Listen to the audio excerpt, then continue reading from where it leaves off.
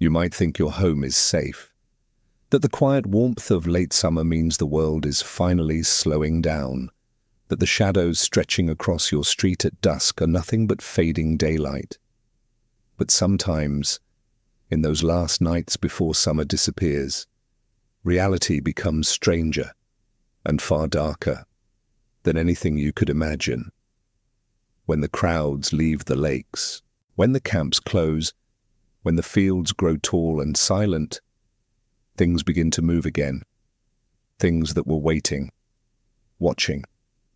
Welcome to Minute 60, where we share true stories that linger long after the lights go out. Before we begin, take a moment and think, where are you listening from tonight? Type your city or country in the comments. I'd love to know who's joining us here in the dark, and ask yourself, have you ever heard footsteps on an empty night? Felt eyes watching you when no one was there? Or lived through something that made you question what's real? If so, share your story below. Some of your experiences may even be featured in future videos. So now, turn off the lights, get comfortable, and listen closely. Because these end-of-summer stories are not for the faint of heart. It had been a ritual for years. Every late summer, a group of friends would gather at the same lake house, tucked away at the edge of the forest, where the trees leaned over the water like watchful guardians. They called it their escape, a place to leave behind the city's chaos, to soak in the sun, and to stretch the final warmth of summer as far as it would go. For Elias, the lake house carried a strange comfort. The scent of pine mingled with the faint decay of fallen leaves and damp earth reminded him of childhood summers that felt eternal.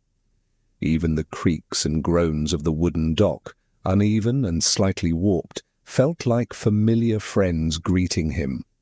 The warm, golden sunlight filtering through the trees seemed almost magical, until dusk came.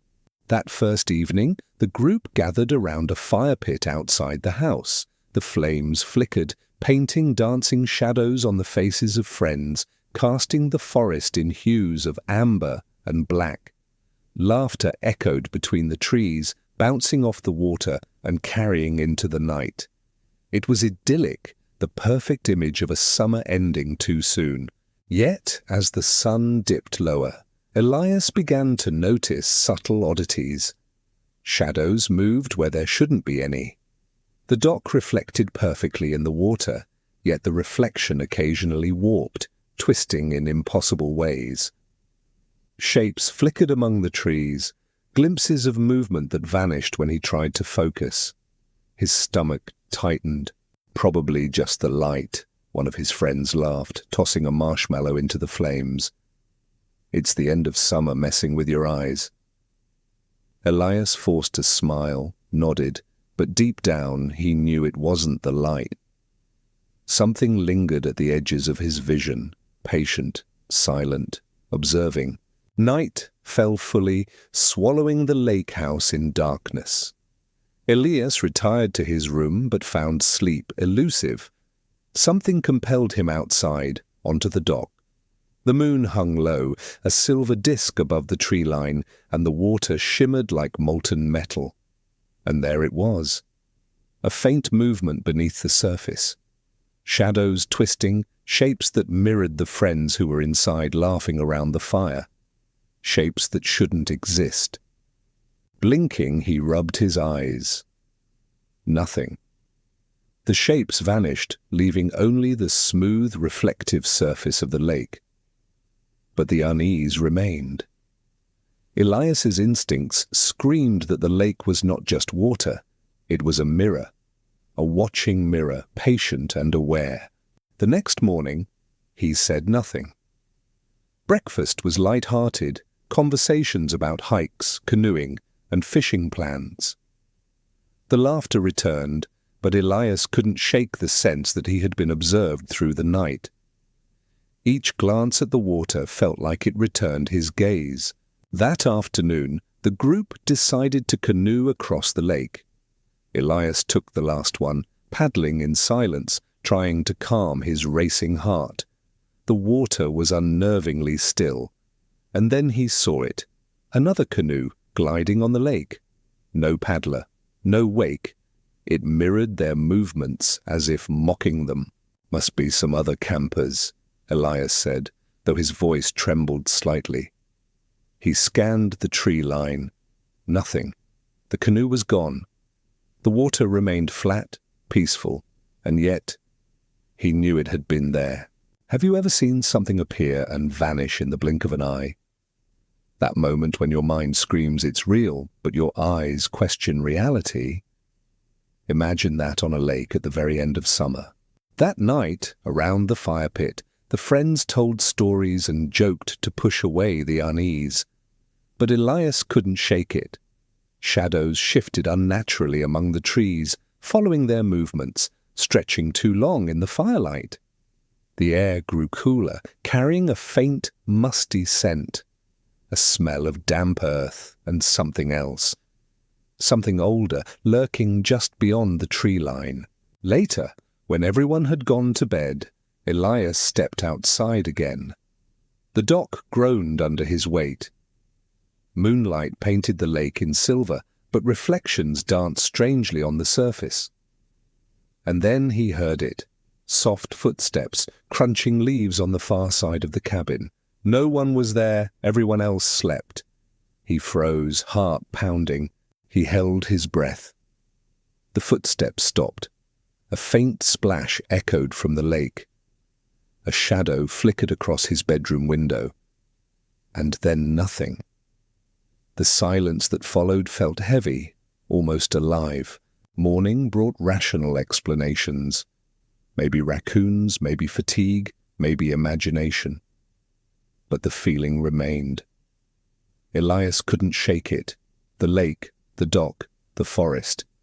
They had watched him. They had learned him. That evening, on the dock, he noticed something impossible. The reflection of himself in the water moved independently. It twisted, mimicked gestures before he could even make them. Panic surged. He reached toward it. The surface rippled unnaturally. The lake had become a mirror of something patient, something aware, something ancient that had waited all summer for the end. Imagine seeing your own reflection behave differently than you do. Would you reach for it or run? Would you ever forget it? Elias stayed awake all night on the dock, eyes fixed on the water.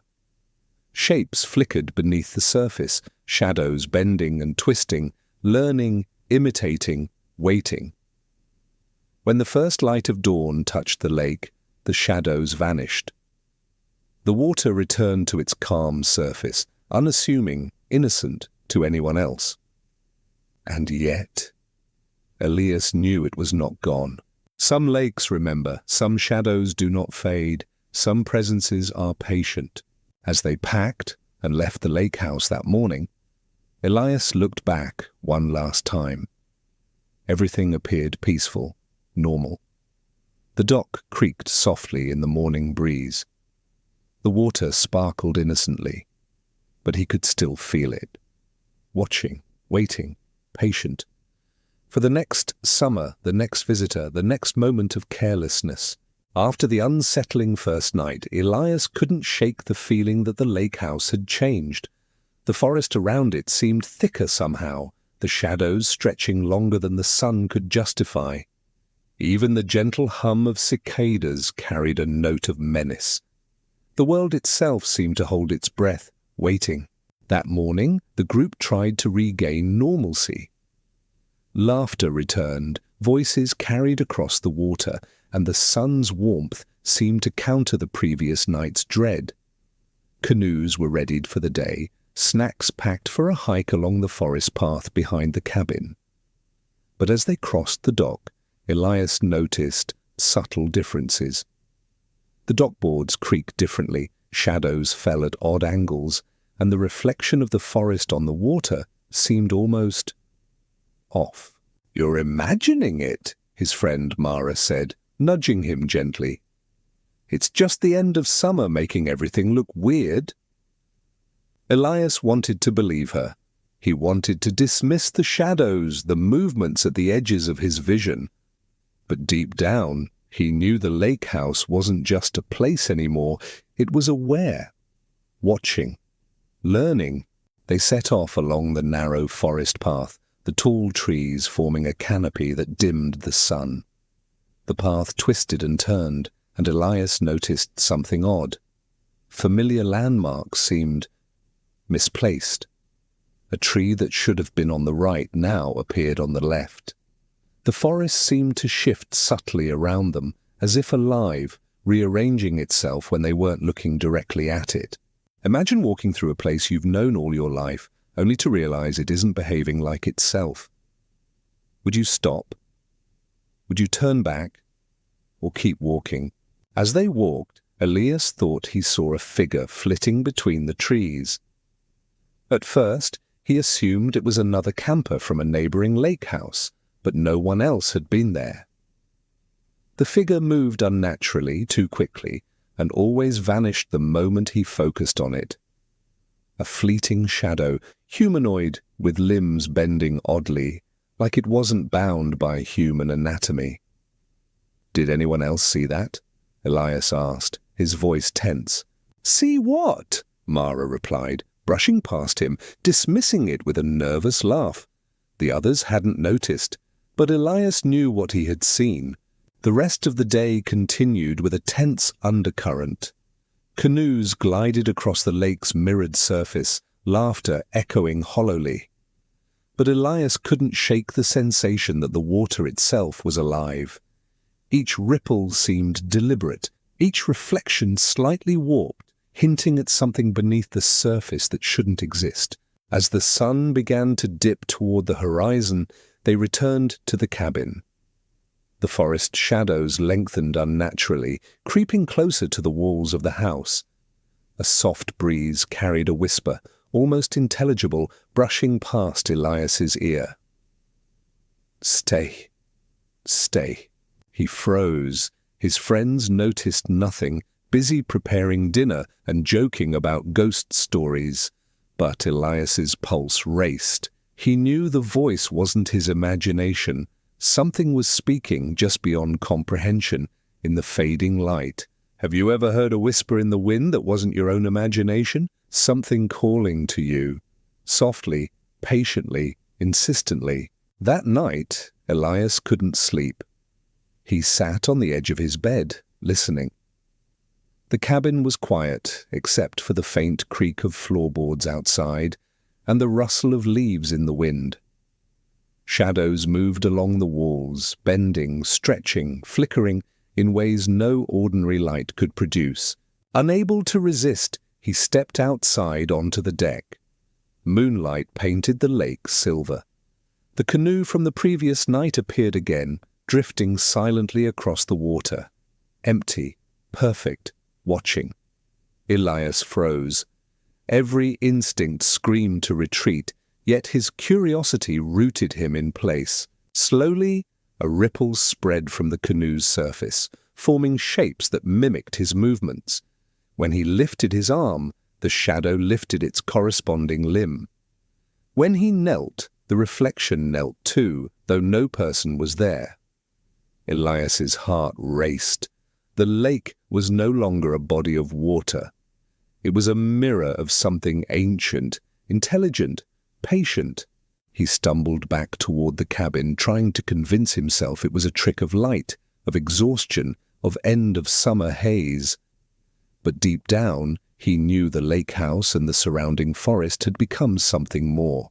Something aware, something that had waited all summer for him, for them, for the group to cross the threshold into its domain. Over the next day, Elias noticed subtle changes everywhere. The path through the forest seemed to lengthen, bending back on itself. The dock's boards creaked differently, as though they had shifted overnight. Reflections in the water became slightly warped, elongating shadows, stretching limbs, bending shapes unnaturally. His friends laughed, dismissing his unease as end-of-summer fatigue or overactive imagination. But Elias could feel it. The lake, the cabin, the forest. They had learned him. They had observed his patterns, his gestures, his fears. Each movement was anticipated, mirrored, and catalogued by something patient and unseen. Imagine a place that watches you, studies you, waits silently while you think you're safe. How would it feel to know that something knows every step you take and waits for the right moment? That evening, the friends sat by the fire, joking, attempting normalcy. Elias pretended to laugh, though his eyes kept darting to the tree line. The shadows flickered unnaturally, moving independently of the firelight. And in the distance, at the edge of the water, he glimpsed a shadow, long, thin, faceless, that mimicked his posture exactly. He held his breath. The shadow froze when he froze, leaned when he leaned, tilted its head when he tilted his own. Elias's chest tightened. The lake house and its surroundings were no longer a place of comfort.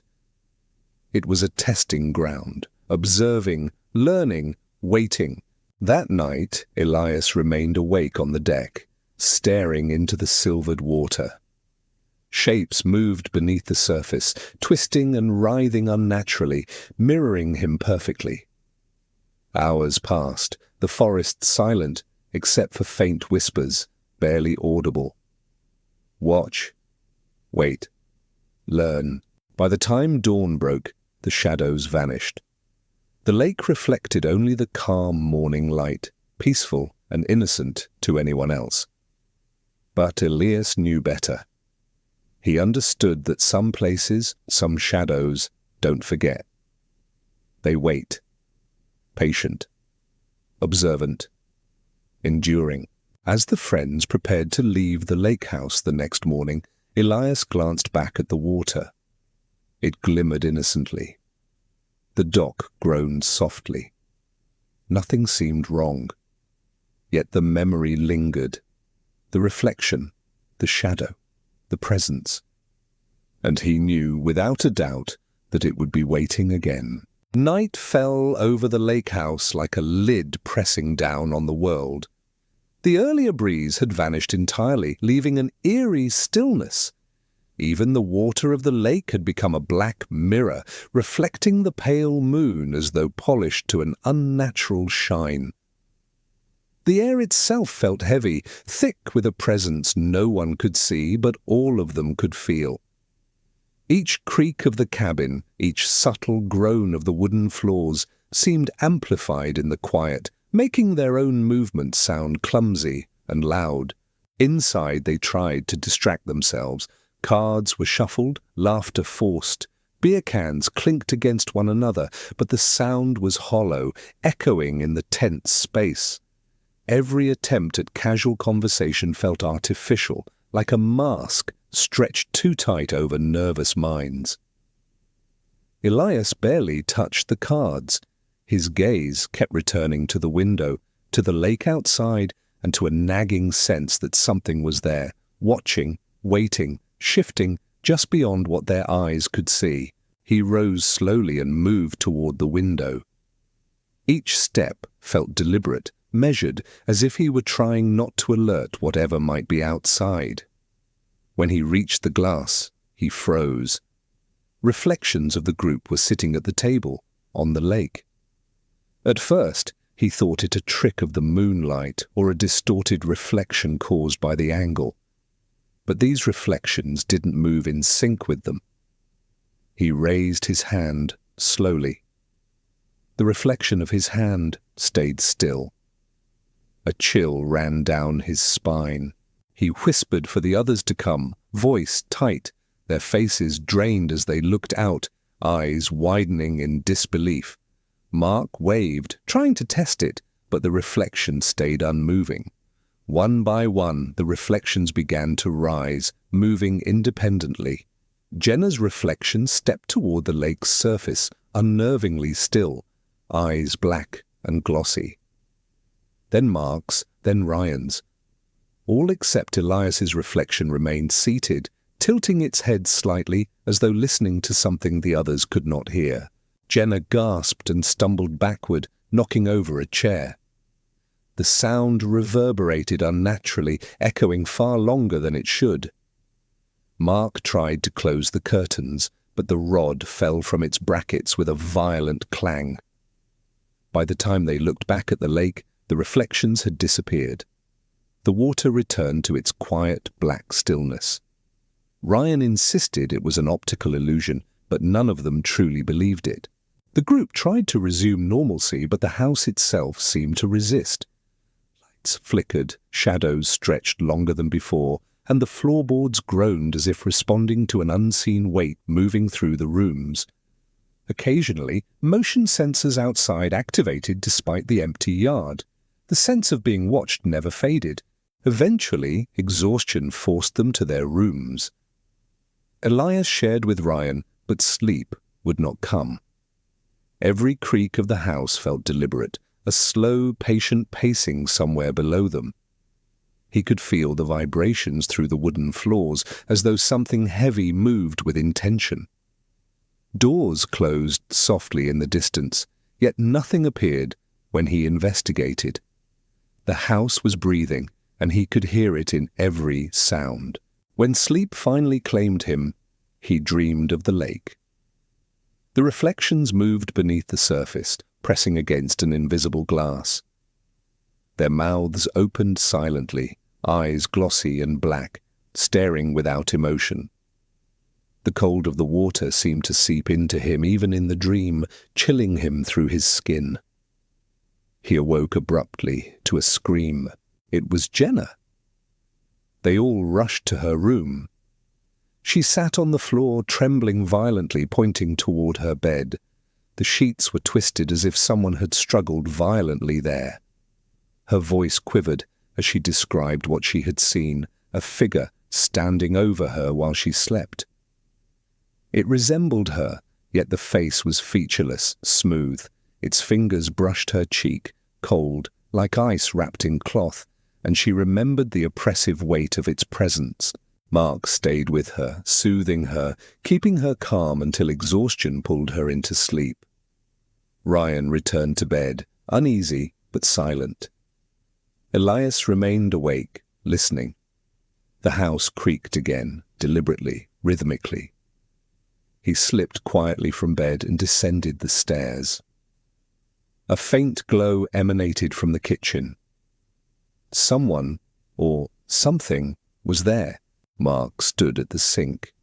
His back was stiff, head bowed slightly. Elias whispered his name, but there was no response.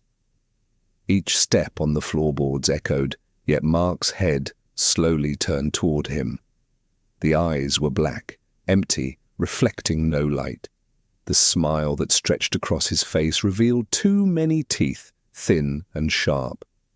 Then, as suddenly as it had changed, Mark's face returned to normal. He rubbed his eyes, confused, claiming he had just woken up. The morning was quiet. Breakfast passed in silence. Jenna was pale, her hair tangled. Ryan attempted small talk, but laughter felt impossible. When Ryan opened the back door for fresh air, he froze. Bare footprints led from the porch straight to the lake, small and child-sized. Jenna had been inside all night, yet the track stopped at the water's edge, leaving no return path. They turned toward the lake, and a figure stood far out on its surface.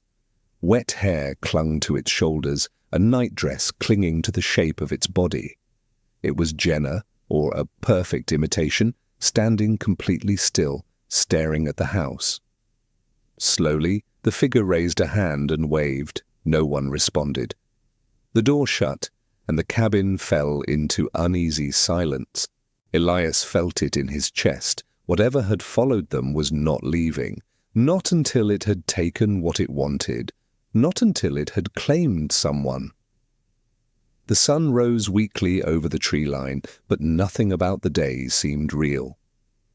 The forest and lake appeared unchanged, yet they had all experienced something that could not be explained, something that would linger in their memories long after they returned home, in every shadow, every reflection, every silent moment.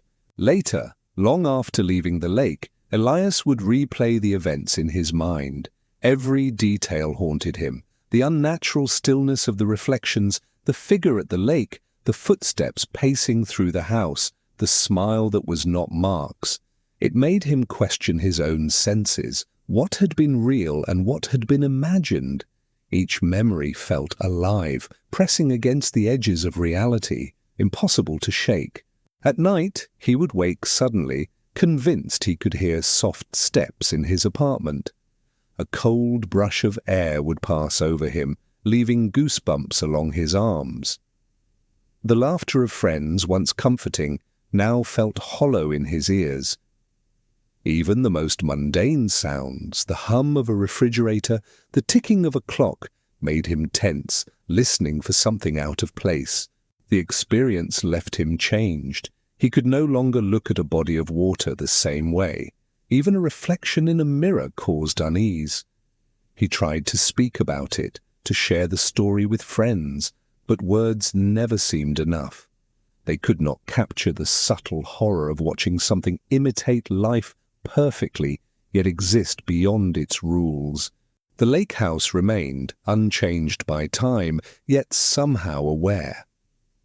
Those who visited it after that night would sometimes sense the same weight, the same quiet pressure in the air. The reflections might reappear. The figure could watch from the water, patient and still. And those who left would always feel that something had been taken with them, an invisible, lingering presence that could never truly be left behind. Elias would always remember the way the cold darkness pressed through the cabin, how each shadow seemed alive. He knew that night had not ended. It had only paused, waiting for the next moment, the next lapse in attention, the next careless step outside the safety of the cabin. And in the quietest moments, he could still hear it, the soft, deliberate steps on wooden floors, the whisper of water lapping against a shore that should have been empty, and the faint, impossible echo of someone waving from the lake. The memory stayed with him, a permanent, unshakable reminder that some things in this world are not meant to be understood. They are simply meant to be felt and survived. Morning came slowly, pale light filtering through the cabin windows like hesitant fingers. The previous night felt unreal, though every memory was sharp, pressing against their minds like an unshakable weight. Breakfast passed in silence, none of them truly hungry. The echoes of strange reflections and the figure on the lake lingered in every glance, every movement, making the cabin feel smaller and tighter than it had before. Elias sat quietly at the table, staring at the floorboards. He could still hear the soft footsteps, the faint brushing of something unseen across the walls. Even with the sun high and birds calling outside, he felt the darkness pressing just beyond the edges of perception. Jenna picked at her food, her hands trembling slightly. Ryan avoided eye contact, staring out the window as though the lake itself held answers he dared not seek. They tried to talk about the night, to rationalize it. It had to be a trick, a shared hallucination brought on by too much stress and too many late-night drinks, but each attempt at explanation felt hollow. Each word they spoke seemed swallowed by the cabin. The shadows didn't shift back, they lingered. Each reflection they caught in the polished wood of the table or the shiny kitchenware reminded them that what happened could not be explained. Elias suggested going back outside to examine the footprints at the lake's edge. With trepidation, they followed him. The small, child-sized tracks were still visible, faint but undeniable. They stopped abruptly at the water, with no continuation into the lake or back toward the cabin. Mark knelt to inspect them, brushing away debris carefully. The prints were real, he admitted, but how and why they appeared remained a mystery. A sudden splash made them all jump. Elias swore he saw the figure, just beyond the water, standing motionless, silhouetted against the morning light. Jenna screamed, pointing, but when they focused, there was nothing there. The lake was calm again, deceptively quiet. Yet the feeling of being watched did not leave them. Something lingered, patient and deliberate, waiting. Back inside, they attempted to pack for departure. Clothes, personal items, bags, everything felt heavier than usual. Each movement seemed to stir unseen currents, as if the cabin itself resisted their leaving. The doors groaned when opened, windows rattled when touched. Even the act of zipping a suitcase shut carried a sense of urgency, like they were running against an invisible countdown. Before leaving, Elias insisted they check every room, every closet. Nothing seemed disturbed beyond the obvious traces of fear from the night before. Yet in each room, shadows clung to corners with unnatural persistence. He noticed subtle details he hadn't before, the small marks on the wall, slight depressions in the carpet, the faint smell of something damp, metallic, and unmistakably human. Each clue reinforced the uncomfortable certainty. They had been observed, and the presence had not been human. When they finally stepped outside, the forest seemed altered. Trees leaned slightly toward the cabin, as though curious. Leaves rustled without wind. The lake mirrored the sky, perfect and still, yet Elias swore he could see movement just beneath the surface, ripples that had no explanation. They loaded their car, each avoiding conversation. Even laughter felt dangerous, like drawing attention. The cabin sat behind them, still and silent, but the sense of being followed persisted. When they reached the edge of the property, Elias glanced in the rear-view mirror.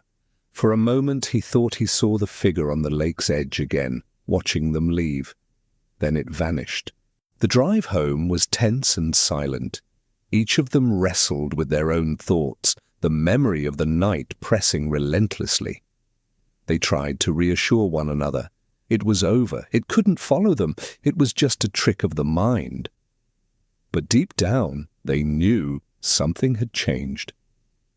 Nothing could ever be the same. Back in the city, the ordinary world felt jarring. Traffic, lights, and noise seemed almost hostile in their normalcy. Elias found himself flinching at reflections in shop windows, shadows crossing alleyways, and strangers who lingered too long in doorways. Jenna avoided mirrors entirely. Ryan jumped at creaks in their apartment building. Every small sound or unexpected movement became a reminder of the night, a ghostly echo they could not escape. Elias began documenting everything. The reflections, the footprints, the figure on the lake.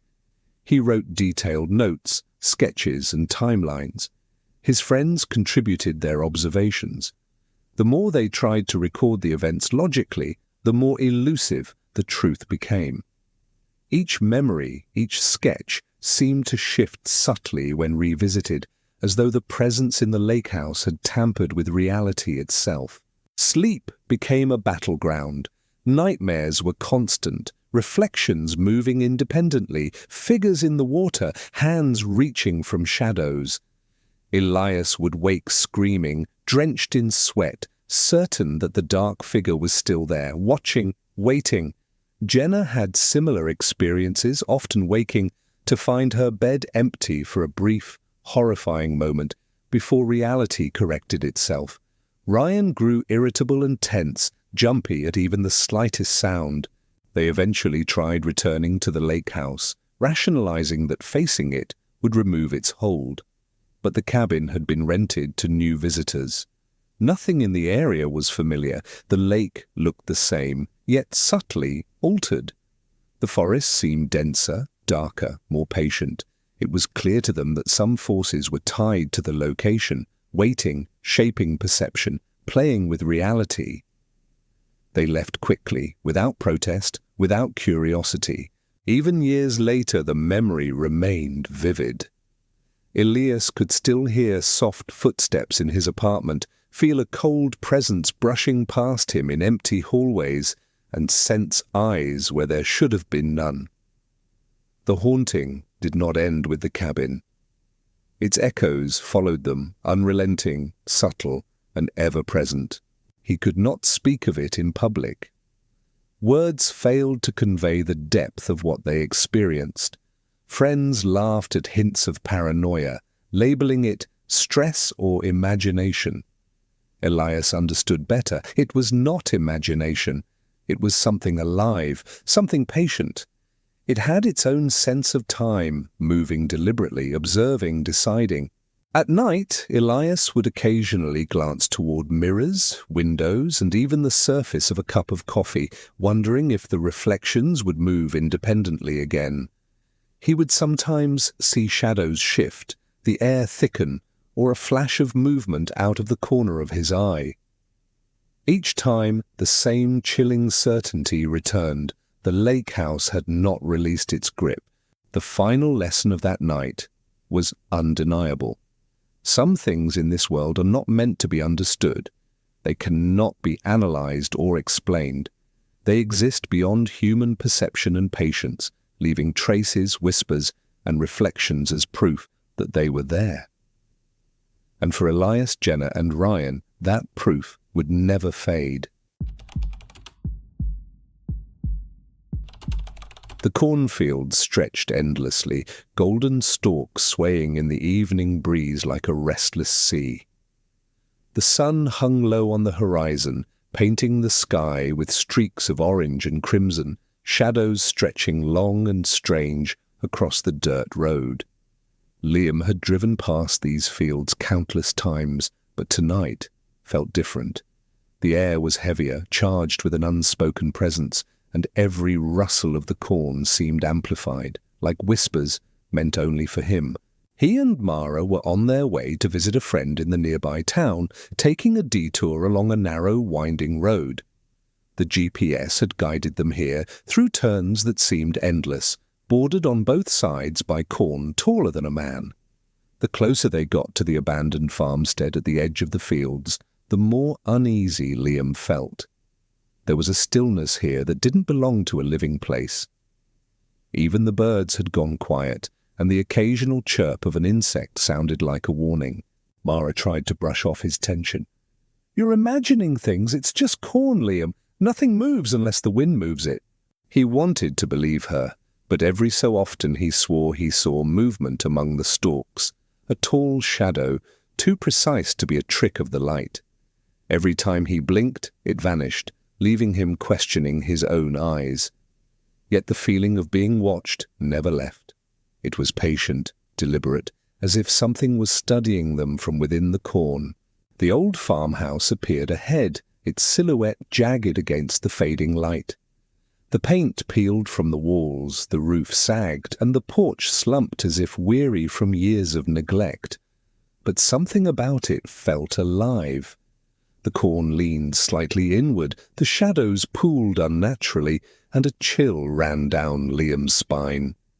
The land itself seemed aware, waiting for them. "Let's just drop off the package and leave," Mara said, handing him a small parcel. The sound of her voice seemed swallowed by the air, too soft to reassure. Liam nodded, stepping onto the porch. The boards groaned under their weight, each sound reverberating unnaturally. As they set the package down, he caught a movement at the edge of the field, a blur, silent, impossible to identify. His pulse quickened. "Did you see that?" he whispered, glancing back at Mara. She shook her head. "See what? Stop making things up." He wanted to explain, but words felt useless. The shadows among the corn stalks shifted subtly, deliberately, moving closer to the road without sound. It was as though the fields themselves were breathing, stretching toward them with patience that chilled him. They turned to leave, hurrying down the dirt road. A faint, crunching sound echoed behind them, like dry leaves under boots, but no one was there. Liam's eyes darted to the fields. The tall stalks swayed, but the movement didn't match the wind. Something had followed them. The drive through the cornfields was tense, every shadow along the roadside seeming alive. Liam kept glancing over at Mara, but she avoided eye contact, focusing rigidly on the road. Every turn, every flicker of movement in the fields seemed intentional, deliberate. He felt eyes on him, patient and unwavering. By the time they reached the main highway, the sun had dipped below the horizon. The darkness spread, stretching into the corners of the car, and Liam couldn't shake the feeling that they had not left the fields behind. The air smelled different here, heavier, metallic. He tried to convince himself it was imagination, but every instinct screamed otherwise. They stopped at a roadside diner, attempting to calm down with coffee and small talk. Mara tried to joke, but the laughter felt forced. The shadows of the building seemed longer than normal, stretching across the lot as if reaching for them. Liam stared out the window at the empty fields beyond, every rustle of corn stalks making his stomach tighten. That night, in a cheap roadside motel, sleep proved impossible. Every sound, the hum of the heater, the creak of the bed frame, even the faint wind outside, felt deliberate. Liam swore he saw movement in the corner of his room, shadows leaning toward him. He closed his eyes tightly, trying to convince himself it was imagination, but the feeling of being watched persisted. Mara tossed and turned in the bed beside him, murmuring about strange dreams. She spoke of walking through endless corn, hearing whispers and footsteps that weren't hers. Each time she awoke, Liam could see the fear etched on her face. Ryan's stories, when he finally joined them later that night, matched their own experiences. The fields seemed alive, following, patient, waiting for a misstep. The next day, Liam returned to the edge of the cornfields under the weak morning light. He wanted to see, to understand, to confront whatever had been watching them. The stalks swayed in the breeze, ordinary again, or so it seemed. But tiny signs remained, footprints in soft soil that led nowhere, flattened stalks forming patterns too deliberate to be random. He could feel a presence, cold and patient, observing him from within the endless rows of gold. Hours passed as he wandered the edge of the fields. Nothing emerged, yet the sense of being watched never left. Every gust of wind felt intentional, every rustle like a whisper. He realized the cornfield itself was not just a location, it was a sentient thing, patient, observing, and capable of subtle manipulation. He could feel its patience, like a predator waiting for a prey to falter. When he returned to the motel, his hands were shaking, his clothes dirt-streaked. Mara and Ryan waited silently, watching him with the same tension mirrored in their faces. The conversation felt impossible. Words could not capture the terror of walking among sentient shadows, of feeling the land itself breathe around them, of hearing whispers that belong to no one and everyone. That night, Liam sat awake, unable to close his eyes. He thought of the tall figure glimpsed from the car, the sound of dry leaves crunching behind them, the way the shadows moved with intent. Sleep would not come because sleep meant vulnerability. And he knew that whatever lingered in the cornfields was patient enough to wait until the precise moment of weakness. Even years later, when the fields were far behind him, Liam would feel the pull of that place. Shadows in a neighbor's yard, the way the wind whispered through tall grass, the rustle of trees, all of it brought the memory back with suffocating clarity. He understood now that some places remember, that some presences are patient, capable of waiting decades to finish what they started. And in every reflection, every shadow at the corner of his vision, Liam could still see it, a tall, patient figure, still as stone, waiting for the moment when he would falter, when he would step too close, when the cornfield would call him back. The sun had disappeared entirely by the time they returned to the motel, leaving only the deep indigo of evening and the faint glow of distant towns on the horizon. Liam, Mara, and Ryan were silent for the drive back, the tension inside the car nearly tangible. Every rustle of corn along the roadside seemed to reach toward them, brushing against the vehicle like invisible hands. Liam kept glancing at the rearview mirror, half expecting to see the tall figure from the previous night lurking at the edge of the road, patient and still. But the lane remained empty, shadows stretching unnaturally in the headlights. Inside the motel room, Mara locked the door, checking the windows and latching them with exaggerated care. The three of them moved around the small space cautiously, as if every footstep could draw attention from whatever lingered in the cornfields. Liam sat on the edge of the bed, rubbing his temples, trying to calm the knot of fear in his stomach. But the memory of movement in the corn, of the crunching under invisible feet, kept replaying. Every sound outside, even distant traffic, made him flinch. Ryan, who had been quiet since their arrival, finally spoke. "It's like the corn. It remembers us, like it knows we've been there, and now it's waiting. Patient, silent, watching. It's not just a place anymore." Mara shivered.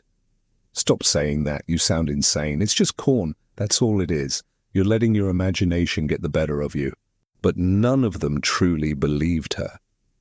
Even with the lights on and the walls around them, the sense of being observed lingered. Shadows in corners seemed to stretch too far, and the faint rustling sound of movement beyond the room persisted. Liam thought he saw silhouettes pass by the window when he swore no one was outside. Each time he blinked, nothing was there, yet the feeling remained. Unable to sleep, Liam grabbed his jacket and stepped outside. The motel parking lot was empty, bathed in cold white light. The distant cornfields loomed in the darkness, black and motionless at first glance. But as he focused, he swore he could see the tops of the stalks shifting against the windless night. Shadows formed shapes that were too deliberate, too precise. He felt the same patient awareness he had felt the night before, as though the land itself had eyes. A soft crunch of leaves startled him. He spun toward the sound, but there was nothing, no figure, no animal, nothing that could account for it. Panic set in, and he bolted back into the room, heart hammering, chest tight with adrenaline. Mara and Ryan stared at him in concern. "What is it?" Mara asked.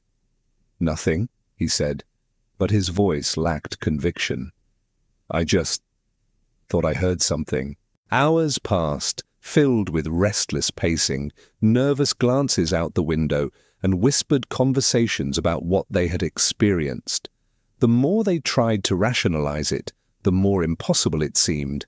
They had all seen the figure in the cornfields, had all felt the patient gaze pressing against them, and yet the world around them acted as if nothing had happened.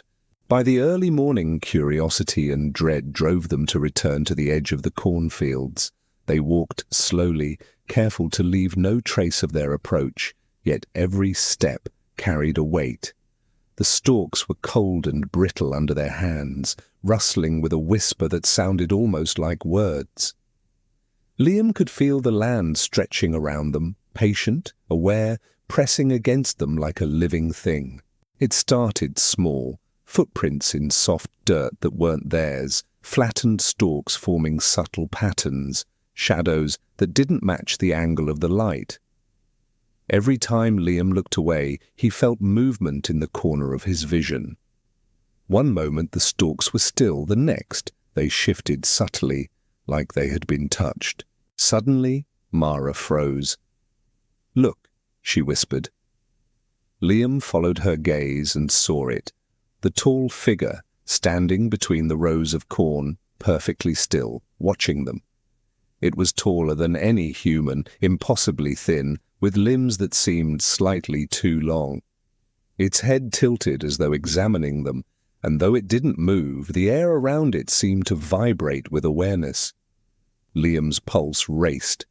"Don't look away! Whatever you do, don't look away!" Ryan whispered something under his breath.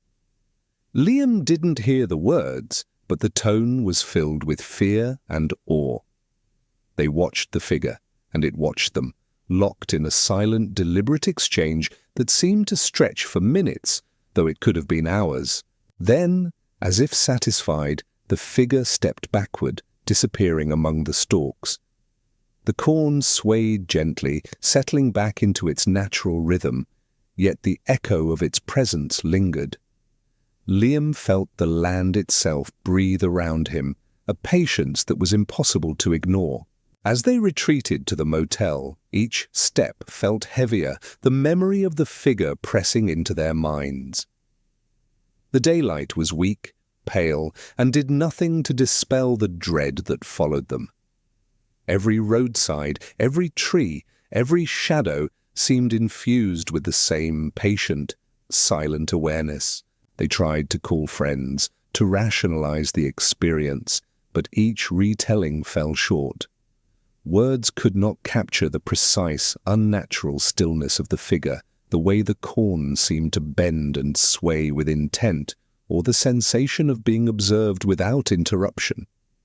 It was as though the land itself had judged them, recorded them, and decided they were not yet safe. Later that day, they visited the edge of the town, trying to engage with normalcy. The shops and streets were ordinary, mundane. Yet Liam could not shake the feeling that the cornfields were aware of their absence, still stretching beyond the horizon, waiting for the moment they might return. Every conversation, every laugh felt tainted by the memory of eyes in the dark, patient and unyielding. By evening, they had convinced themselves to leave the area entirely. The drive back toward the highway was tense and silent. Each rustle in the distance made Liam's stomach tighten. Every flicker of light along the road seemed like a signal, every shadow a warning. Mara kept glancing at the cornfields, whispering prayers under her breath, though she refused to say them aloud. As the lights of the city appeared, the tension eased slightly. Yet Liam knew that it was only temporary. The cornfields had left a mark, subtle but permanent. They would never forget the tall figure, the patient, deliberate awareness, or the suffocating, silent judgment that hung over the rows of golden stalks. That night, back in a familiar environment, Liam could not sleep. The memory of the cornfields haunted him, the rustling, the shadows, the figure's tilt of the head, the sensation of being watched. Every shadow in his bedroom seemed longer than it should be. Every breeze through a cracked window felt deliberate. And in the silence between heartbeats, he could still hear the whisper of movement in the stalks, patient, deliberate, waiting. Night had fully descended over the countryside, and the cornfield seemed to shift under the faint light of the moon. Liam, Mara, and Ryan had returned to the outskirts, driven by a mix of curiosity and a desperate need for closure. The road to the fields was narrow and winding, bordered by shadows that seemed alive, stretching and twisting as they drove past. Every turn made Liam's heart race. Every rustle in the corn sounded deliberate, like soft footsteps pacing just out of sight. When they reached the field, a dense fog had begun to rise, curling around the stalks in serpentine swirls. The moonlight cut through in thin beams, illuminating patches of the golden sea while leaving other areas shrouded in darkness. The air felt charged, heavy with anticipation, almost as if the land itself were holding its breath. Liam's stomach knotted with fear, yet he stepped forward first, unable to resist the pull of the unknown. Mara hesitated. "I don't like this. I really don't." Ryan shrugged, but the tension in his shoulders betrayed him. "We need to know what's going on. We can't just run forever." They moved slowly into the field. The stalks brushed against their arms, cold and damp with dew. Every sound, the rustle of leaves, the distant hoot of an owl, even their own footsteps, felt amplified, echoing unnaturally through the rows, Liam thought he could hear faint whispers, almost forming words, carried on the night wind. He shook his head, telling himself it was imagination. Then they saw it. A shadow moved in the distance, tall and thin, gliding between the corn without disturbing it in the normal way. Its movements were deliberate, fluid, unnatural. Liam froze, Mara gasping, and Ryan instinctively reached for the flashlight in his jacket pocket. When the beam struck the figure, it flickered, almost like the light was rejected, and for a brief moment they could see it fully. Its limbs were impossibly long, head tilting in a way no human could manage, and its eyes were hollow, black, reflecting nothing but the darkness around it. They stood paralyzed, watching, as it slowly stepped toward them. The air grew colder, the fog curling at their feet like living smoke. Liam's pulse raced, every instinct screaming to run, yet his feet felt rooted. The figure moved silently, patient, as though it had all the time in the world. It tilted its head again, studying them, and the sensation was suffocating. They were no longer visitors. They were intruders. Mara whispered, barely audible, "We have to get out." But the paths they had taken earlier seemed to have vanished. The rows twisted in ways that didn't match the field's layout, forming an impossible maze. Every step forward seemed to lead them deeper into the corn, away from the road, away from safety. The figure followed, silent, patient, always just beyond sight. Occasionally, a rustle of stalks would reveal the silhouette for a split second before it melted back into the shadows. Hours, or what felt like hours, passed as they navigated the twisting field. Time seemed distorted. The moon rose and fell too quickly, yet the shadows remained elongated and unchanging. Liam noticed patterns in the flattened stalks on the ground, subtle and deliberate, like messages written in a language they couldn't comprehend. The deeper they went, the more aware they became that the cornfield itself was alive, moving subtly to guide or trap them. Exhaustion set in. Mara stumbled, falling into the soft dirt, shaking with fear. Liam helped her up, glancing over his shoulder to see the tall figure watching from a short distance, perfectly still, patient and deliberate. Ryan tried to keep his voice steady, calling out, "We don't want trouble! We're leaving!" No response came, of course. But the air seemed to shiver in acknowledgement. The field was aware of their presence. It had been waiting for them to enter, and now it was deciding how, or if, they could leave. They continued forward, guided by instinct rather than sight, until a faint light appeared far ahead. Relief surged and they ran toward it. It was a small clearing, a break in the endless corn. In the center sat a weathered scarecrow, but something was off. Its eyes glowed faintly, black and unyielding, and the straw inside its chest shifted as if breathing. The stalks around the clearing bent slightly toward it, forming a subtle circle of containment. Liam realized with a chill that the figure they had been following was connected to it, its movements coordinated with the field itself. The fog thickened suddenly, swallowing the clearing in white mist. Whispers filled the air, incoherent yet insistent, pressing against their minds. Liam felt nausea rise, an instinctual warning of danger. Every muscle screamed to flee, yet the field seemed to resist, bending subtly to impede their escape. The scarecrow's head tilted as if watching them, and the black figure emerged from the mist at the far edge of the clearing, moving deliberately closer. Mara screamed and tried to run, but Liam grabbed her arm. "Stay together! Don't split up!" They backed away slowly, the figure following, patient, never rushing. The mist thickened, wrapping around them, damp and cold, clinging to their skin. The whispers grew louder, forming phrases that made no sense yet felt like commands, compelling them forward, deeper into the trap. Suddenly Ryan noticed something in the distance, a break in the fog, a faint glimmer of light. "There, that must be the edge," he shouted. They moved quickly, stumbling over roots and wet soil, the figure gliding silently behind them. Each step felt heavier, as if the ground itself resisted their flight. As they neared the edge of the cornfield, the fog thinned. The figure paused, tilting its head, and then vanished as silently as it had appeared. The air seemed to release its pressure, the field falling into an unnatural calm.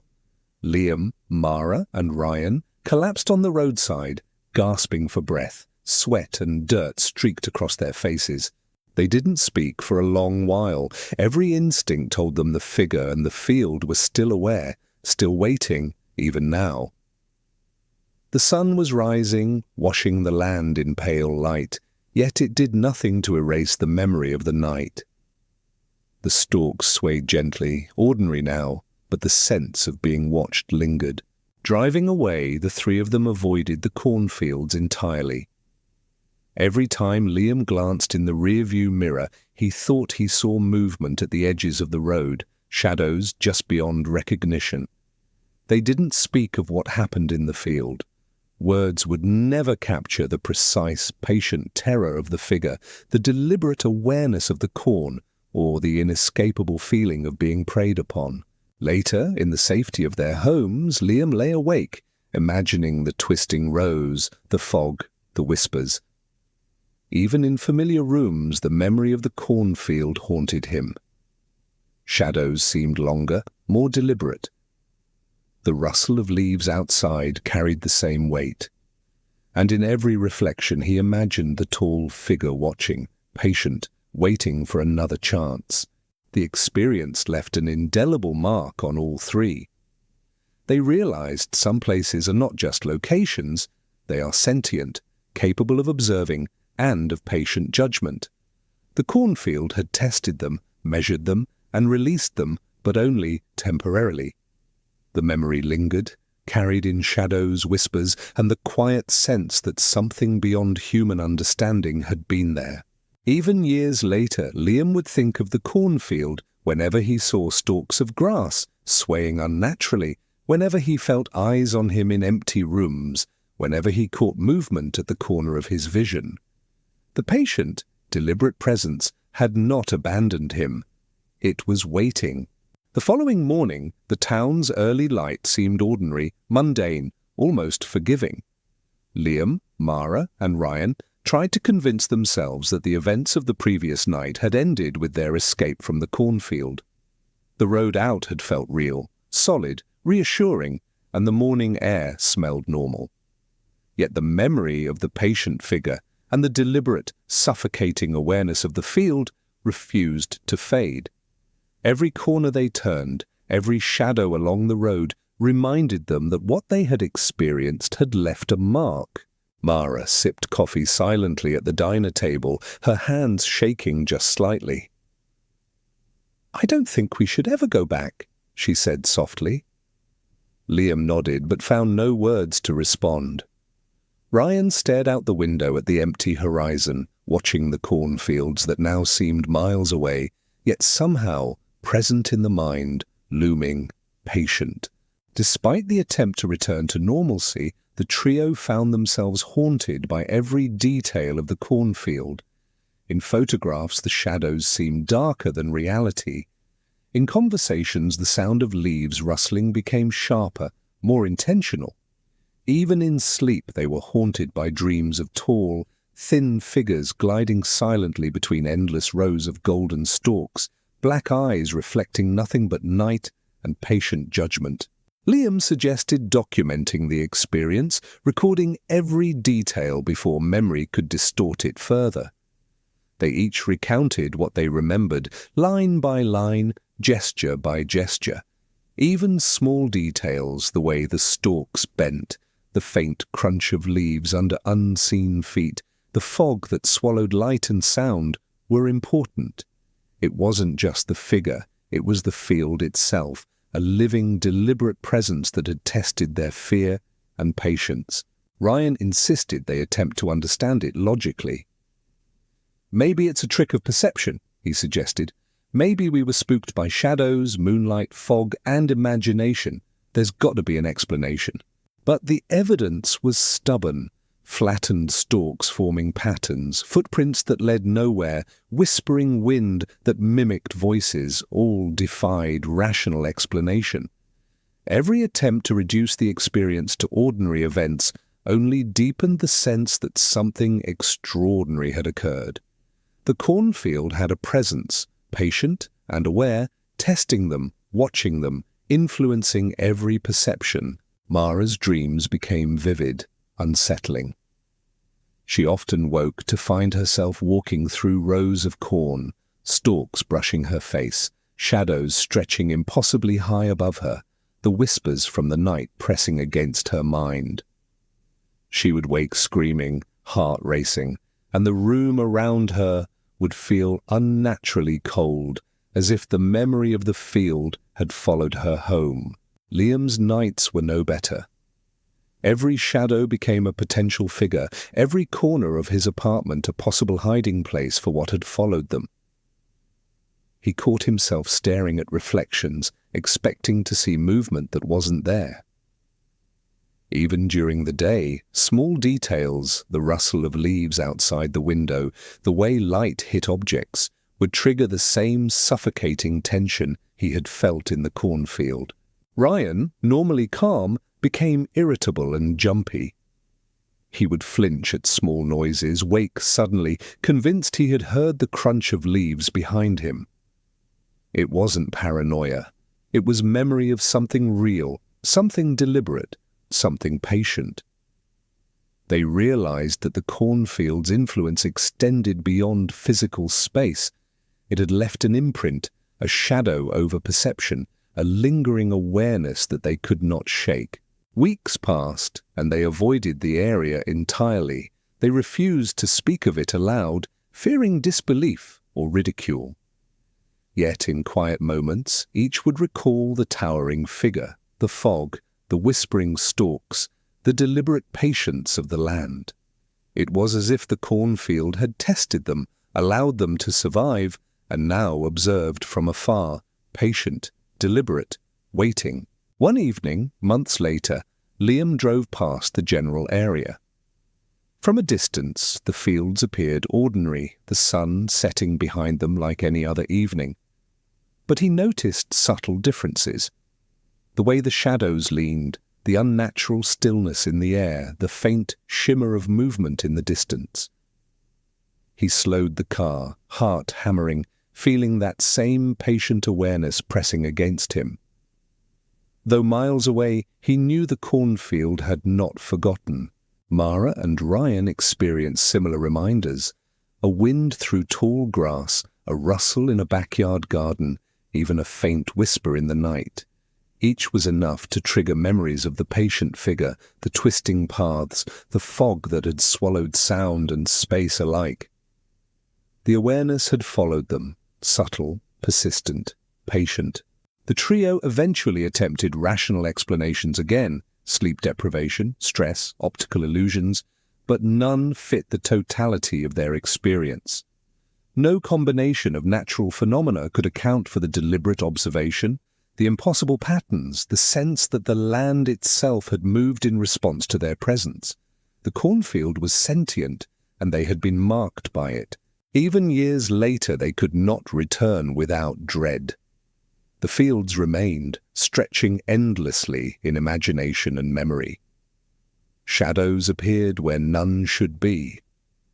Wind carried whispers they could almost understand but never fully decipher. Every photograph of corn, every stretch of farmland triggered a visceral reaction, the memory of patient eyes, deliberate awareness, the testing of human endurance and courage.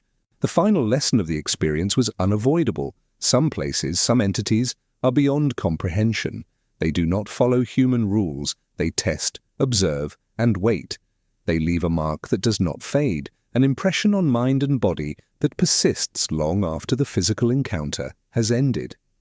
For Liam, Mara, and Ryan, the cornfield had proven this indisputably. Even in the safety of their homes, they remained wary. Shadows lengthened unnaturally. wind carried whispers. And in quiet moments they could feel the patient presence, just beyond the edges of perception, watching, waiting for another chance to test them. The cornfield had not released them, it had merely allowed them to survive, marked and forever aware. They understood, without speaking aloud, that the field would always be there. Somewhere beyond the horizon, its tall stalks swaying gently in the wind, hiding the patient figure that watched silently, waiting for the day they might return. The abandoned summer camp sat at the edge of the forest like a half-forgotten memory. Trees arched overhead, their branches interlacing to form shadows that moved unnaturally in the fading light. The cabins were scattered across a hillside, wooden walls weathered and cracked, roofs sagging under decades of neglect. Liam had heard stories of the place, whispered among locals, children disappearing, strange lights, and laughter, heard when no one was supposed to be there. Tonight, curiosity and dare drew him here. He parked at the overgrown entrance, the old sign swinging slightly on its rusted chains. Camp Willowbrook, it read, letters faded and peeling. The wind carried a chill, making the hair on the back of his neck rise. Liam stepped out of the car, boots crunching over broken asphalt and loose leaves. Every step seemed too loud in the stillness. The forest beyond the camp loomed like a living wall, and the shadows of the cabins stretched long and strange across the ground. Mara and Ryan followed, flashlights cutting thin beams into the dark. "Are you sure we should be here?" Mara whispered. Her voice trembled slightly, betraying fear she tried to hide. Ryan smirked, but uneasily. "It's just an old camp. No one lives here. What's the worst that could happen?" Liam didn't respond. He felt the weight of the place pressing down, patient and deliberate. The air smelled of damp wood, rot, and something faintly metallic, like blood, long dried. The cabins were silent, yet there was an undercurrent of sound, the creak of wood, the soft sigh of wind, the faintest whisper that could have been a child's laugh or a trick of memory. They approached cabin 3 first. The door hung on one hinge, swaying slightly. Inside, the air was thick and musty. Dust coated every surface, and broken furniture lay scattered across the floor. Liam shone his flashlight into a corner, catching something partially hidden, a torn, faded backpack and a small pair of shoes. Someone had been here long ago, or maybe recently. He couldn't tell. Mara shivered. "It's like they just left," she said. Or like someone didn't want to be found. The floorboards groaned under their weight. Liam led them through the cabin, careful to step lightly. The faintest movement in the corner of his vision made him spin, flashlight sweeping the shadows, but nothing was there. The building seemed to breathe, exhaling through the cracks in the walls and the open windows, whispering secrets they could almost understand. Cabin 5 was worse. The door had been forced open, the latch broken. Inside, the smell of decay was stronger. Liam noticed old beds with torn sheets, graffiti on the walls, and a small wooden desk overturned. On the desk lay a notebook, its pages yellowed and curling. He opened it, hands trembling slightly. The entries were sparse, written in childish scrawl. Names, dates, sometimes short sentences about seeing someone in the woods. One page ended abruptly, letters trailing into jagged scratches as if the writer had been interrupted. Ryan leaned in closer. "These are camp logs?" "Looks like a journal," Liam said, flipping through the pages. "But these aren't normal. Look at this one." He pointed to a paragraph where the words were pressed together, almost like a scream trapped on paper.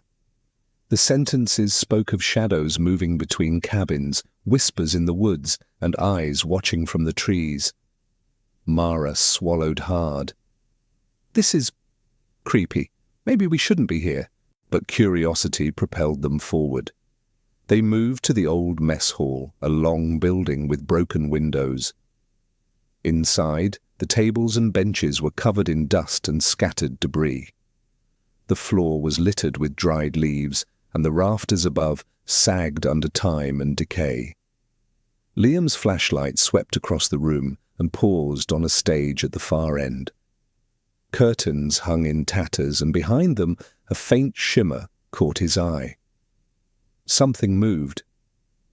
"Did you see that?" Liam whispered. Mara shook her head. Ryan frowned. "It's probably just the wind," he said, though his voice lacked conviction. They approached the stage slowly. The floor creaked beneath their weight. Liam lifted the curtains slightly.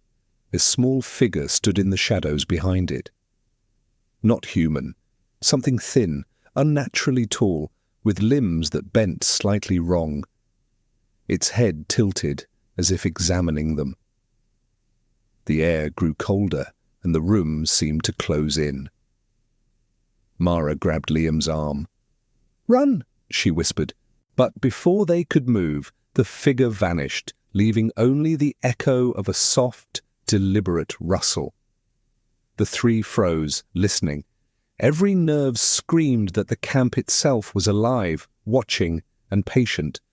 The faint whisper of footsteps seemed to circle them, though no one was there. They retreated to the cabins, hoping for temporary safety. Liam noticed subtle signs of movement they had missed before. Footprints in dust, leading nowhere, chairs slightly shifted, doors once closed now ajar. The camp was not empty. It had been waiting for them, patient, deliberate, and silent. Outside, the trees swayed in the windless night. Shadows stretched long across the ground, bending unnaturally. The moonlight glinted off something in the distance. Another figure? Liam couldn't be sure. Every instinct screamed to leave, yet they remained, compelled by curiosity and a growing sense that leaving might not be as simple as walking away. Hours passed as they explored further. The cabins, once ordinary and abandoned, now seemed to rearrange subtly.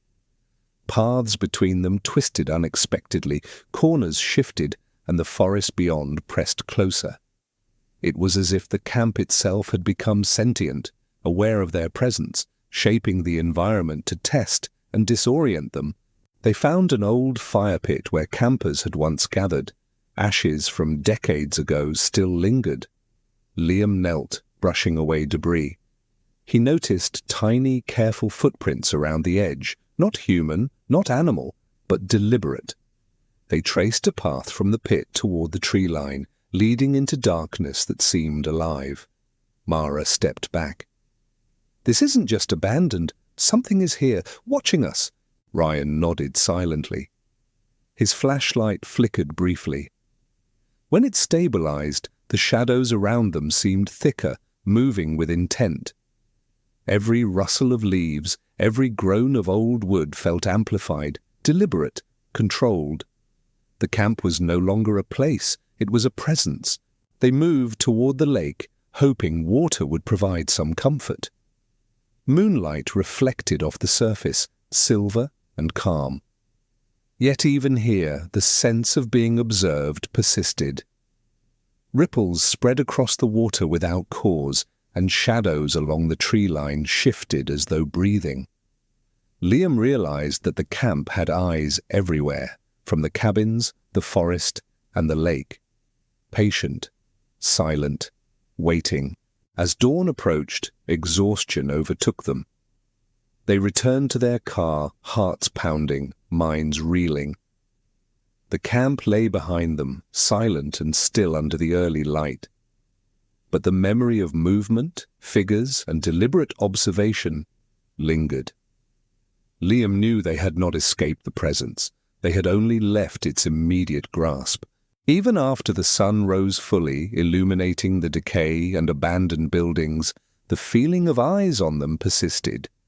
The camp had left an impression, a shadow of its awareness, patient and relentless. Liam, Mara, and Ryan realized that Camp Willowbrook was more than a place. It was a consciousness, deliberate, patient, and capable of marking those who trespassed. Driving away, Liam glanced in the rear-view mirror. For a fleeting moment he thought he saw the tallest cabin swaying, as if bending to watch them leave.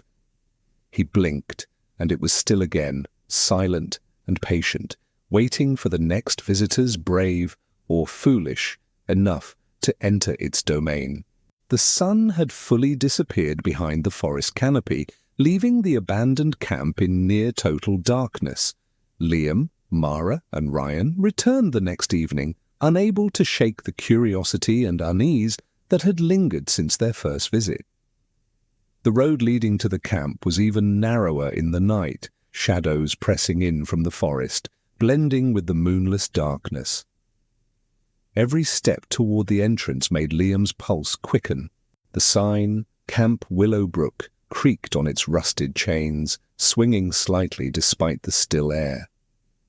Liam reached out and touched it. The metal was cold, almost icy to the skin. The swing stopped, leaving the sign motionless, but the weight of the place pressed down on them, patient, deliberate. They moved cautiously across the overgrown path, flashlights piercing only small sections of darkness at a time. The cabins appeared more ominous now. Shadows clung to corners, stretching unnaturally. The familiar forest sounds, crickets, distant owls, wind in the trees were subdued, almost muted, leaving only an unsettling silence punctuated by creaks, groans, and faint, unidentifiable rustles. Mara whispered, "It feels alive." Her voice trembled. Liam nodded without responding. He could feel the same patient presence pressing against him, stretching through the cabins, along the forest edge, and even into the small clearing near the lake. They reached Cabin 7 first. The door was missing entirely, leaving the interior exposed to the night air. Liam's flashlight revealed toppled furniture, broken windows, and debris scattered across the floor. Dust had settled thickly, but there were patterns, areas flattened as if someone or something had walked through recently. Footprints appeared briefly in the flashlight beam, then faded, leaving only disturbed dust. Inside they found remnants of the past, old camp notebooks, broken toys, a child's sweater draped across a chair. The air smelled of decay and something faintly sweet, like rotting leaves mixed with sugar. Liam flipped through the notebooks, discovering frantic scrawlings from past campers. Some entries mentioned shadows between cabins, rustling in the woods, and eyes watching from the trees. Others were simple notes. I saw it again. The whispers won't stop. Don't go near the lake after dark. Ryan's flashlight flickered, and for a brief moment the corners of the cabin seemed to darken unnaturally. Shadows shifted independently of the light, bending and stretching in impossible ways. Mara gasped, grabbing Liam's arm. "It's not just the darkness, it's something else." They left Cabin 7 and moved toward the mess hall, the faint outline of the stage barely visible in the beam of their flashlights. As they approached, the air grew colder, the shadows thicker. Liam felt a prickling sensation along his spine, as if countless invisible eyes were observing him. He slowed his pace, scanning the room carefully. The stage itself drew their attention. Curtains hung in tatters, the boards warped and broken. Behind them, a shimmer of movement caught Liam's eye. He pointed the flashlight, but nothing was there. Then, from the corner of the room, a low rustling echoed, like fabric brushing against something unseen. Mara shivered, pulling her jacket tighter around her. Ryan whispered, "It's here. Something's here." A chill passed over Liam as he noticed footprints in the dust on the floor, tiny, deliberate, and impossibly long. They led toward the rafters above, then vanished entirely. The air in the mess hall felt heavier, charged with something patient, deliberate, and aware. Every instinct screamed that the camp itself was alive, shaping shadows, guiding footsteps, and testing fear. Deciding to investigate the lake, they followed the narrow path through twisted trees. The forest pressed in on both sides, branches brushing their arms like fingers. The moonlight, faint but present, reflected on the water's surface. It appeared calm, silver and still. Yet Liam could feel movement beneath, subtle and deliberate. The air carried a whisper, low and insistent, like voices calling from the water itself. Ryan moved closer to the edge, flashlight trembling in his hand. "Do you see that?" he asked. Liam peered, and for a split second he thought he saw ripples forming into shapes, like hands reaching up, grasping for something, or someone. The surface returned to calm immediately, as if nothing had happened. Mara stepped back, visibly shaken. "We shouldn't be here," she said, her voice barely above a whisper. Liam knelt at the edge, brushing the water with his fingers. It was colder than it should have been, like ice, though the air itself was only mildly cool. The lake seemed to pulse beneath him, alive, patient, deliberate. Shadows along the tree line twisted in ways that defied logic. A branch would move in one direction, then settle into an angle impossible under gravity. Every movement felt intentional, as though the forest itself observed and reacted. They retreated to the cabins, seeking some semblance of safety. Cabin 9 had a small attic. Liam climbed the narrow steps, flashlight scanning the room. Dust swirled in the beam, and faint marks on the floor suggested someone, or something, had recently moved through. He noticed symbols etched into the wood, circles and lines, patterns that seemed to pulse faintly under the light. Mara joined him, leaning close to whisper, "These aren't just markings, they're warnings, or instructions." Ryan, exploring the lower level, froze. His flashlight illuminated something small, barely noticeable, a pair of shoes, worn and tiny, partially buried under leaves and debris. No socks, no body nearby. Liam joined him, examining the area carefully. Footprints led from the shoes into the forest, then disappeared. The trio realized they weren't alone. The camp had not been empty for decades. Someone, or something, remained, patient and deliberate, observing, shaping, guiding. Hours passed as they explored the cabins, the mess hall, and the forest paths. Every time they thought they saw a clear route back, the terrain shifted subtly, the trees rearranging in ways that disoriented them. Shadows moved independently of the light, always just at the edge of vision. Faint laughter echoed at intervals, never loud enough to localize, sometimes childish, sometimes distorted. The camp seemed to be testing them, observing their reactions, pushing their fear deliberately. Mara's whisper broke the tense silence. "It's like it knows our fear, like it feeds on it." Liam nodded, the same realization settling in. Every creak of wood, every rustle of leaves, every shadow stretching unnaturally across the ground seemed deliberate. The camp itself had awareness, patience, and intent. Eventually, exhaustion forced them to regroup near the lake. They sat in silence, hearts pounding, flashlights barely illuminating their faces. The reflection of the cabins on the water appeared normal, yet subtle anomalies lingered in their minds. Angles slightly off, shadows slightly wrong, the faint suggestion of movement. Liam could feel the camp's awareness pressing against him, patient, deliberate, and inescapable. As dawn approached, they decided to leave. Each step away from the cabins and lake felt heavy. The forest seemed to resist, shadows stretching across their path, rustling subtly. They didn't speak. Words felt useless. The camp had already claimed something from them, the memory, the fear, the knowledge that some places are alive, patient, and deliberate in ways beyond human comprehension. Back on the road, Liam glanced in the rearview mirror. For a fleeting moment he thought he saw the cabins leaning subtly, as if bowing, watching, marking their departure. He blinked, and the vision vanished. Yet the memory persisted, heavy and unshakable.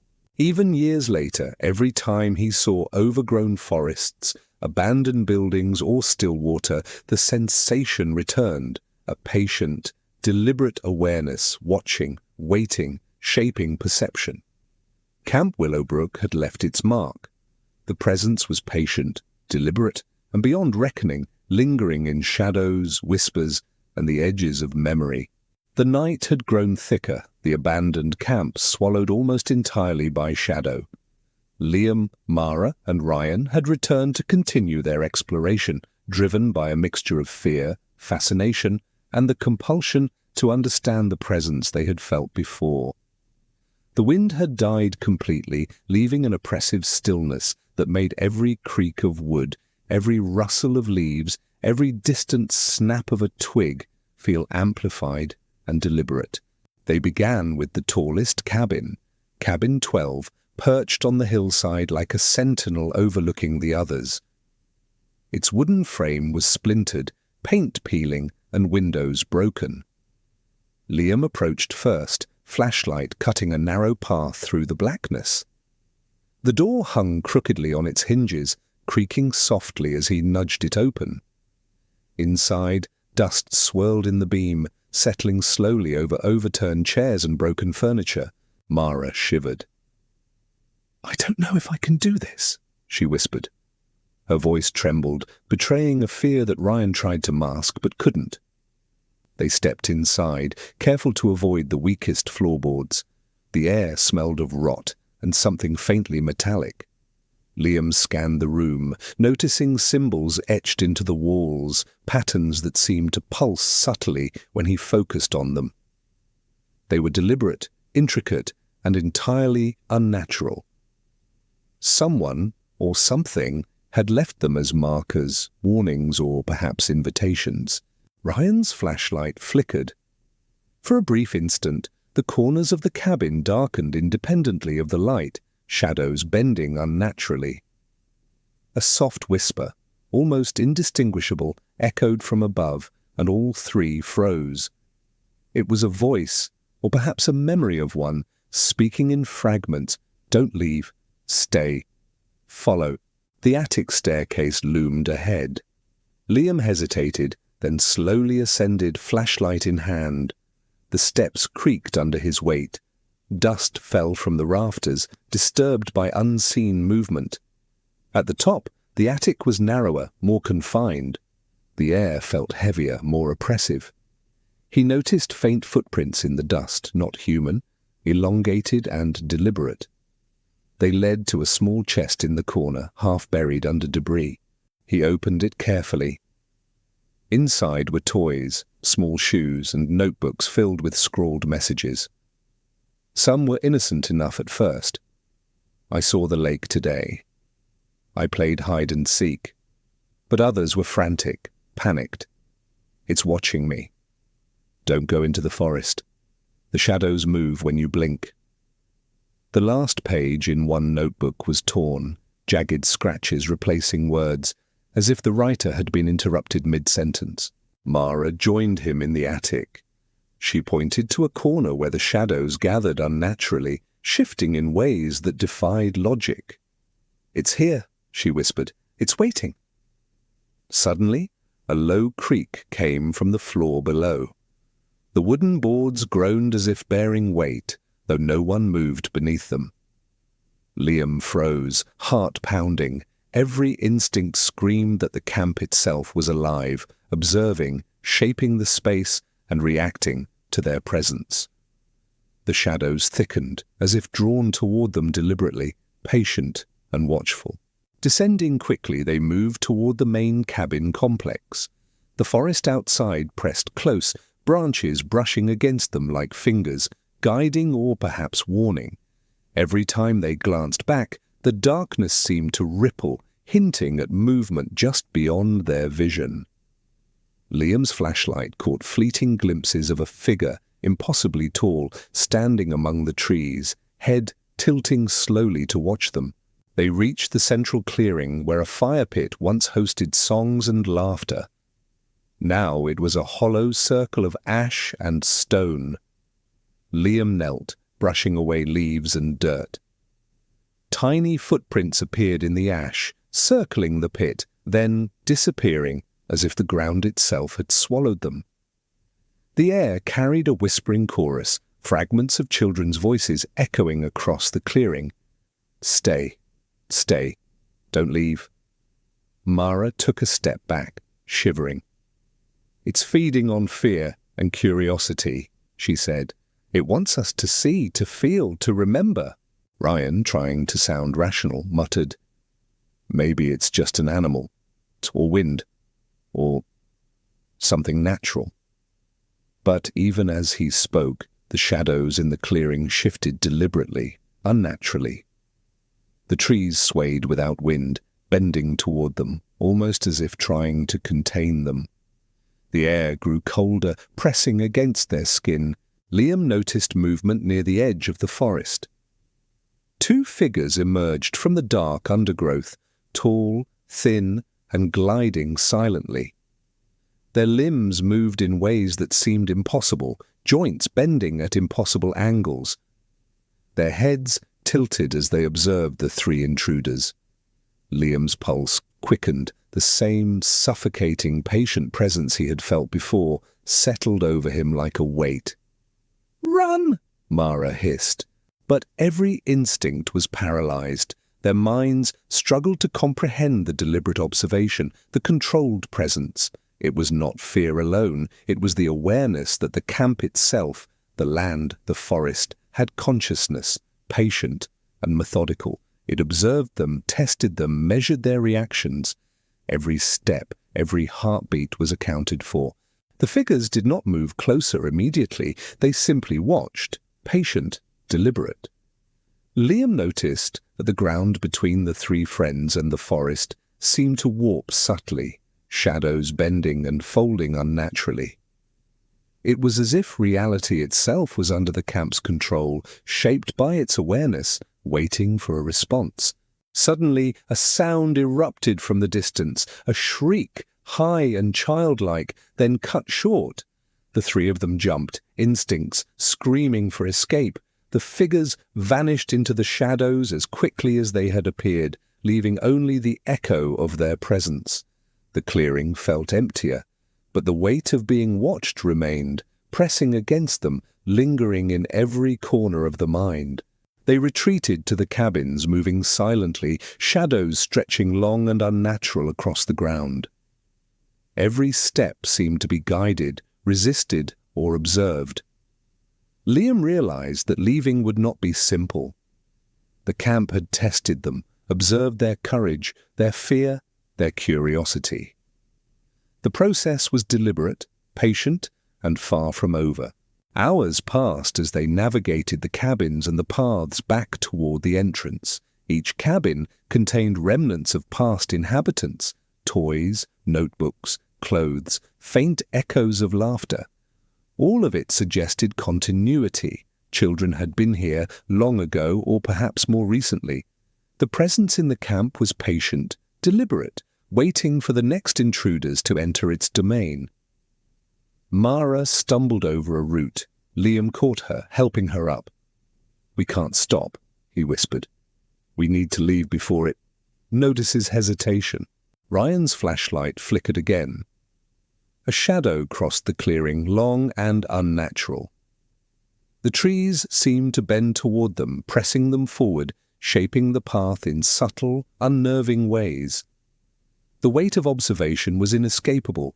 The camp itself was alive, a deliberate entity, marking them, shaping perception, and feeding on the tension it created. Finally, they reached the road. The trees behind them were still, the cabins silent, yet the memory of movement lingered. Liam glanced back, feeling the same patient, deliberate awareness pressing against his mind. Shadows at the forest's edge seemed thicker, more deliberate. Something waited, patient, ready for the next intruders, brave or foolish enough to step inside. Even years later, Liam, Mara, and Ryan would remember the patient presence, the deliberate observation, the impossible figures gliding silently between trees. Camp Willowbrook had left a mark on their perception, an imprint in memory and imagination. Shadows stretched unnaturally, laughter echoed faintly, and the sensation of being watched never fully left. They understood, silently, that some places are not simply abandoned, they are alive, deliberate, patient, and capable of shaping human fear. The camp had tested them, observed them, and released them, but only temporarily. Its presence lingered in every shadow, whisper, and memory, waiting for the next visitors to enter its domain. The final night at Camp Willowbrook had arrived, heavy and oppressive.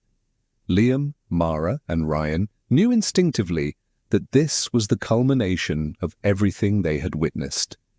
The forest pressed close, the shadows between the cabins elongated, twisting unnaturally in the pale moonlight.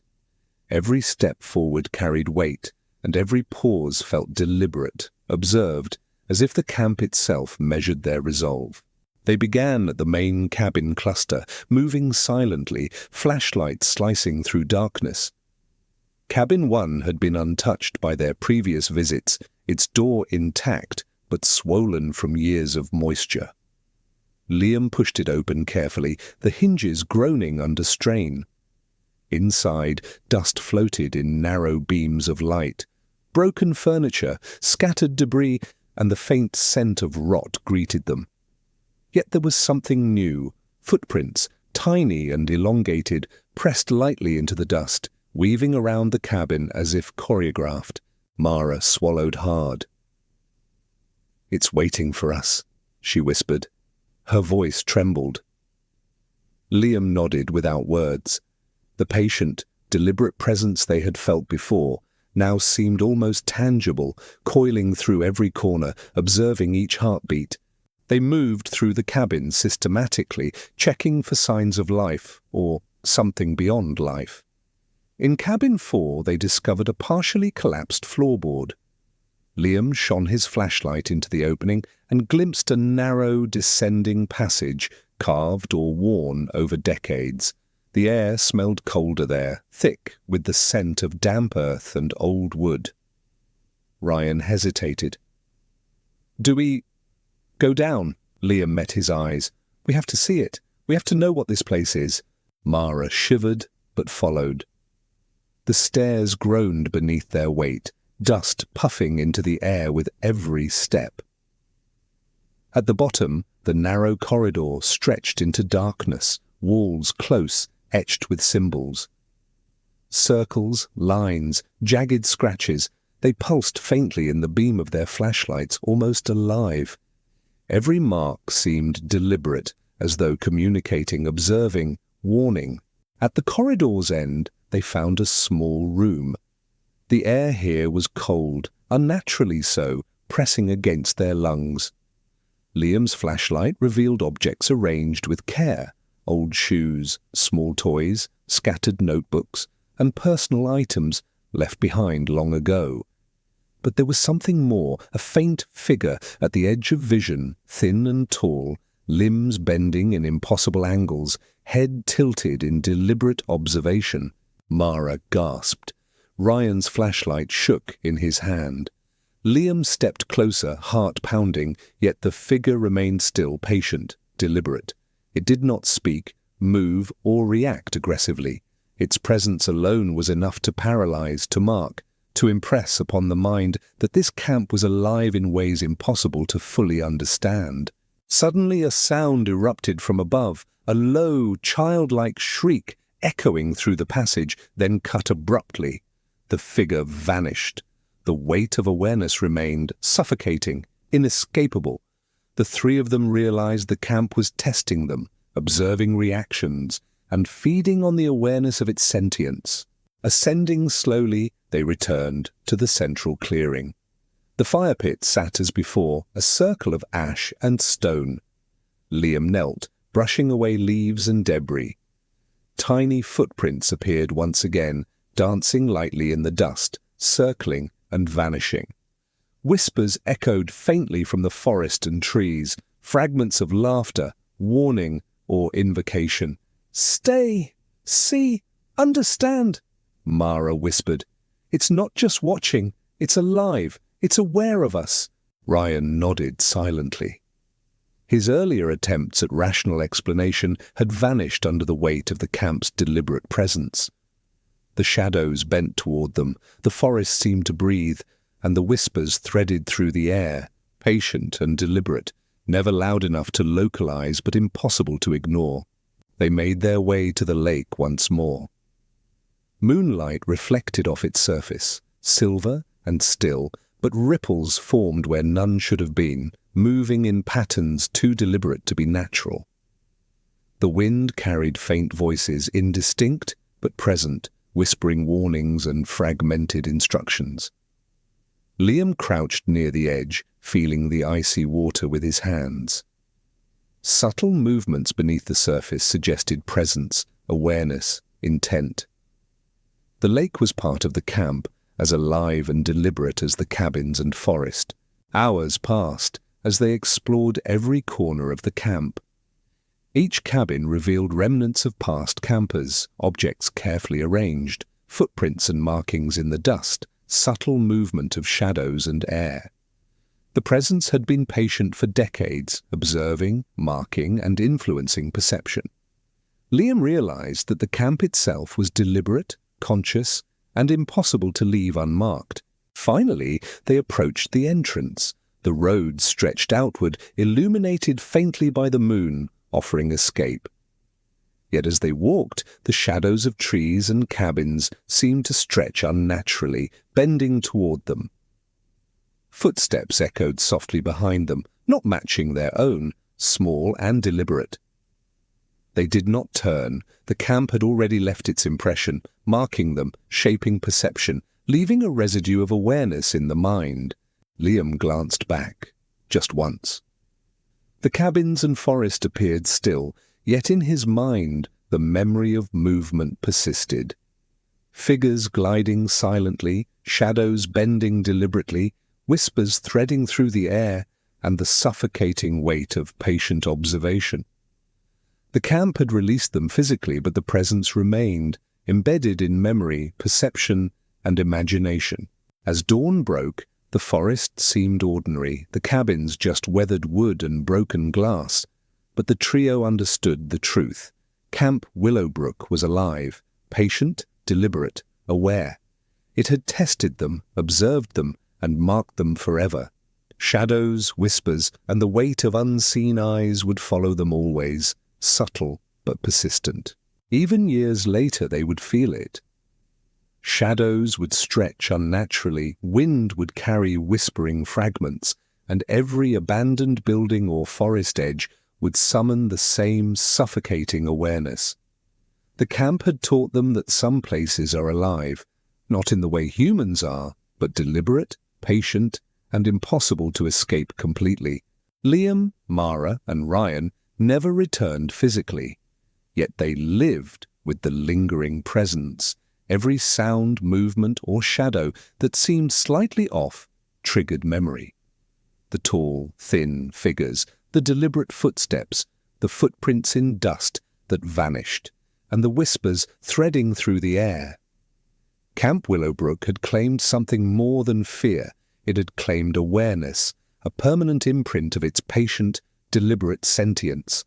And in quiet moments, when darkness fell, each could feel it. The patient presence, waiting, watching, deliberate, ready for the next curious souls who might wander into its domain. The night has ended, but the shadows remain. The stories you've just heard, they linger in corners of the mind, in quiet moments, and in the spaces between waking and sleep. Campfires gone cold, cabins abandoned, footsteps in empty halls, they all wait, patient and deliberate. If you felt your heart race, if you imagined eyes watching from the dark, then you have experienced a fraction of what these places can do. But remember, Some presences follow beyond the stories. They linger in memory, in shadows, and sometimes, just sometimes, in the room where you sit. Now, before you leave, we want to know, where are you listening from tonight? Type it in the comments. And if you've ever experienced something that made you question reality, something that whispered when no one was there, or moved when nothing should, share it below. Your story could appear in a future video. If you enjoyed tonight's journey into the unknown, make sure to like, subscribe, and turn on notifications. Every story we tell here at Minute 60 is real. And sometimes the realest horrors are the ones that follow you home. Until next time, turn off the lights, settle in, and remember, the night is patient, the shadows deliberate, and the stories never truly end.